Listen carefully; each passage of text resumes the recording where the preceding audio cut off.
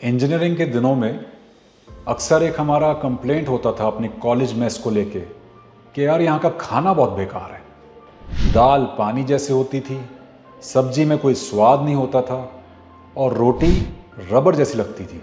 मेरी तरह बाकी लोग भी मेस का खाना खाने से कतराते थे और अक्सर किसी रेस्टोरेंट या कैंटीन में खाना खाने का मौका तलाशते थे।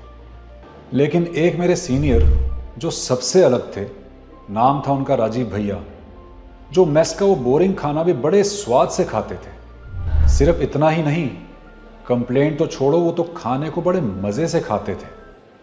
उनका अक्सर एक रिचुअल होता था, वो दाल सब्जी में थोड़ा नमक और थोड़ी सी लाल मिर्च डाल के चावल के साथ उसको मिलाकर बड़े चाव से खाते थे। फिर मेरे से एक दिन रहा नहीं गया और मैंने उनसे पूछ ही लिया कि राजीव भैया, आप हॉस्टल के इस बोरिंग खाने को इतने मज़े से कैसे खा लेते हो? उन्होंने मेरी तरफ देखा और कुछ ऐसा कहा जो आज तक मेरे कानों में गूंजता है। उन्होंने बताया कि मैं एक सिंपल फैमिली से आता हूँ और हॉस्टल के बाहर रेस्टोरेंट या कैंटीन का खाना तुम लोगों की तरह मैं अफोर्ड नहीं कर सकता।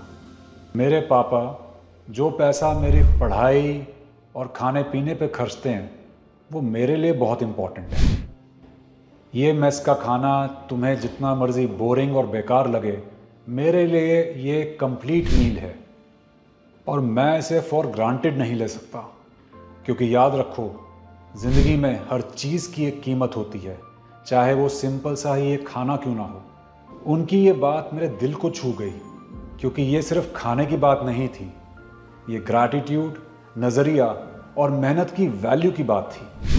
उस दिन के बाद जब भी मैं मेस में खाना खाता तो हमेशा मेरे को अपने सीनियर की बात याद आती और सेम वही बोरिंग खाना अब मुझे बेस्वादा नहीं लगता था। एक चीज़ जो मैंने समझी कि दुनिया में कोई फ्री लंच नाम की चीज़ नहीं होती, चाहे वो किसी का पैसा हो, मेहनत हो या समय हो, हर चीज़ की एक कीमत है।